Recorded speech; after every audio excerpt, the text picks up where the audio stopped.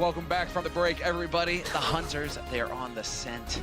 They're down, they're tracking them down right now. Hex, they're up 1-0 in this series. We just gotta look up a bunch of Rexar quotes, bring them for next week. Rexar, Hear that in the distance? Famous hunter. The pandas roaring.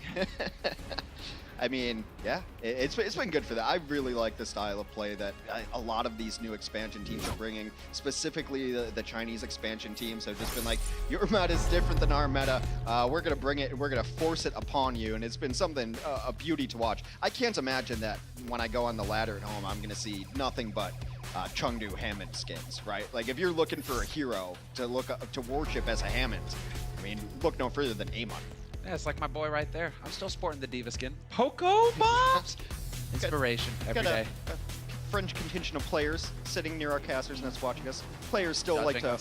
They seem to hoot a lot too, and like specific players die, so I'm wondering if there's beef between some of these guys, you know, a bit of history. Pretty sure I've heard some hoots. It's not like the French to hold a grudge. I don't know what you're talking about, Heck. We are a peaceful people. Well, we're going to come into the King's Row, across the pond, across the channel, into jolly old London, England. We'll see what each of these teams wants to run. Florida Mayhem on the defense. Their lineup will be locked and set. Going to run Sombra, and it's good to see BQB on the Sombra. Indeed it is. A capable one at that. Many hacks in the last game. Many hacks to be had here. All right, the Reaper. Elsa on the Reaper. Jinmu on the Genji. All right, let's do it. Well, okay then. Things can change. And already one tick picked up. One tick picked up just like that for free. Mayhem caught sleeping. And now Elsa's just gonna go in. It's pure carnage. Point blank shotguns to the face. There isn't much left. It's so good at cracking shields too, just the amount of damage and self-sustain. However, in order to bring it back, it's just Elsa and Amon trying to get some work done on the point. However, the reinforcements are going to be a little bit quicker for the Chengdu Hunters. They have to be careful. If they could have lived here, it would have been so much better, but now it's just Evil Tull on the point. They get cleaned up. You know, I wouldn't mind them backing up just a little bit, waiting for reinforcements instead of trying to force that 2v3, but they did get 33%, which is permanent progress on first point. True enough. And now they just basically staggers. Jinmu working on his way to the blade. See if he's gonna go ahead and get that chop and block going. Looking for the back line. Wants to get the reflect. Little bit of damage and Hagopun's dead. There's the cleanup they were looking for. This is looking a bit more one-sided. The minefield is such a good ultimate. It cleans up people without even... Just by existing, it's already a problem. And then people get pushed into it, they get knocked around. But again, what looked like a one fight for Chengdu, they end up losing numbers late. Dragonblade about to be up, and a big initiation for Amon. Nanoblade incoming. He's got to get something out of this. He's got to get the kills. There's the one. Only one. No, there's 2 and 3. The backline is dead for Mayhem. And there it is, the fight-ending ultimate at its finest. A gutsy initiation there as he goes after Tavik, who's the only man with an ability to slow him down or stop him. Goes after Tavik, evades the shield bash of Brigitte, evades the sleep dart, and that is such an all-in play because if you don't get much out of your nano-boosted Genji blade, you're in trouble. You just invested 2 ultimates, and you need at least 2 kills out of it. Nice cleanup there, and you see the power of Genji. For the most part in this meta, he's just used to farm up his ultimate, get the blade going, and try to get some kills. But with the dash reset upon killing somebody, he's able to be ultra mobile, unkillable in that instance. Yeah, so sticking to it too. So we have the Death Blossom online, you're right. Looking to see where Elsa's going to get in on it. Well, there we go. Sound barrier. Excellent positioning. Manages to dodge it. We still got the sound barrier. Going to make it tough to capitalize on this EMP. And that's what. There is the Blossom. But the sound barrier is out at the same time. And so no kills there. Apart from BQB. He takes BQB, but it's not a monster. Really close one in this fight. A lot of big, healthy bodies still for Florida. The minefield does go down, but it's behind the cart rather than in front of it. Sefter's the one doing some cleanup here. There's a Graviton trying to clean up. Chengdu does not seem to ever want to give up fights. They don't know what the meaning of retreat. No, they do not back up. They only move forward or die trying. But they forced out a rally very close to the end, though, which is definitely a victory because rally doesn't last forever anymore. After 30 seconds, that armor is going to start to decay. So it used to be a use it out of fights kind of ultimate. Just give everyone armor, don't worry about it. Then people started playing with it in fights so that people were regaining armor and had speed boost. Now it's definitely something you want to use in the midst of an engagement. Oh, we're all running really, really fast right now. trying to get into position, going for the wrap onto the payload. Florida Mayhem have already set up shop, no problems there. Boost is through, Eamon just gonna go in and start swinging. Bio nade there to do some damage. He gets pinned, he doesn't care. He's gonna go ahead and pay Swan back for the indignity. And they will go for a ride here. The Hunters finding all of the kills. A damage negation and damage boost, and then it's such a smart play to put it on Amon there. One, Rein's already a really good target. Two, he had just switched to Reinhardt, so he had no ultimate charge at all, not even close. What Nano does for you so well is it allows you to invest into another hero's ultimate. Because you're doing more damage, because you're nigh unkillable, you're gonna get very close to your ultimate, and you see Amon at 90%. Yeah, once again, oh man, he's gonna have that shatter for this next fight. And he just throws it out, no hesitation. Catches Swan mid-swing. Tvik has got the block out. Gone for a change-up on the May. Interesting strategy there. We'll see if it pays off. So far, Cotton, though, it looks like it's costing them. Big kills coming through here for the Hunters. Despite the fact that they're hacked, that's not stopping them. Yeah, Late Young with the cleanup there. He's got his Graviton Surge ready to go. They have support ultimates ready to go. Chengdu is really riding this wave of momentum. The May pick was interesting. I like May a lot on first point of Kings. You're able to lock people out of the door. We'll see if he can get there on this. I wonder what specifically it is being used for. He's been playing a lot of it, though. I spoke to Tavik a couple weeks ago, and he says very comfortable on this hero. Well, boost going out onto Swan. He's not getting a whole lot done with it, though, unfortunately. Just kind of staring angrily. And then gets his shatter blocks, too. Swan, got to step up the game here. They're still making progress. The Hunters have now got all the ults coming online. There's the grab, chucked into the corner. Wall goes down to try and delay, but that's not going to be good enough. They do find a kill on Zephyr. He's back to 0 energy. Has to wait and spawn. The good Blizzard follow-up, though, is going to cost him, but Elza had the self-destruct. Well-timed wall there from Tavik, cuts it off from his team, but they are still giving ground here, the Mayhem. There's a giant hack, hits up 3 players on Chengdu. This is Florida's time to bring it back here. They only get 1, still trading out evenly. The May can be a great stall tactic, can be very annoying at these final points. Try to get a wall, does cut them off, a nice wall. Can they chase it down? No! Cracking that wall lets them retreat.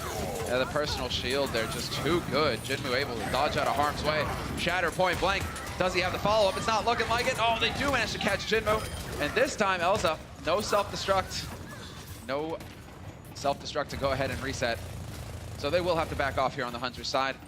As far as Florida concerned, so far so good. Tvik has nearly got a Blizzard online again, and that's so good on the final point. EQB has been doing such a great job of charging his ultimate. They just used EMP, and he's got it ready to go again. He will die, so they're going to have to wait for him to get in proper position.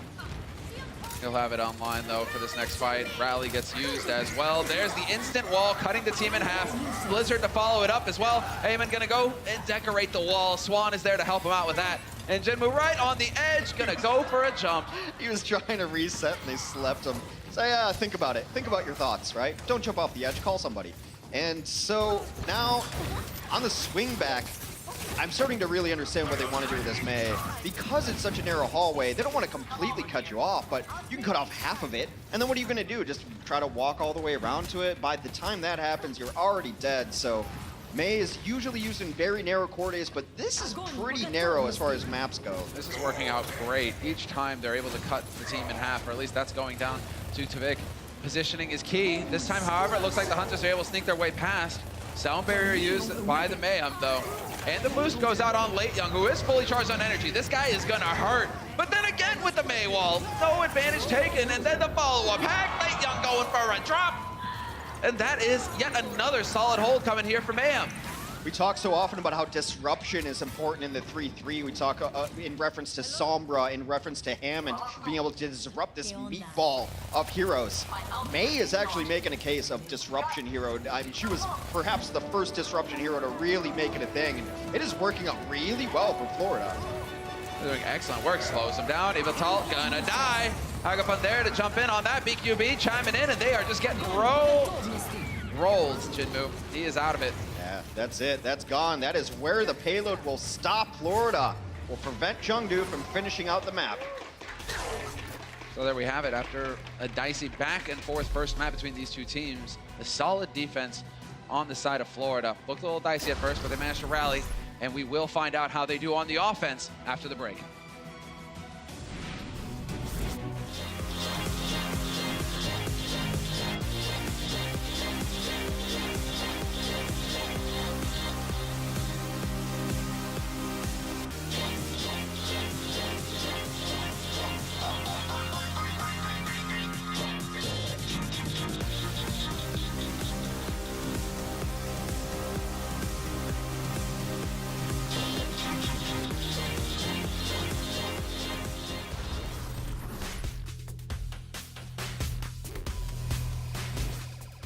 Man in question on your screen, BQB.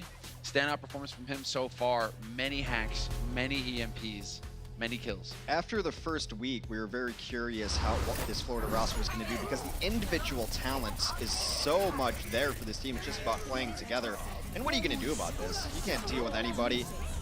Then just gets that post-sound barrier EMP, makes it absolutely worthless, peels off the shields. BQB was a guy we expected to step up big, and as Bren would tell you any chance he gets, formerly went by the handle Bum God.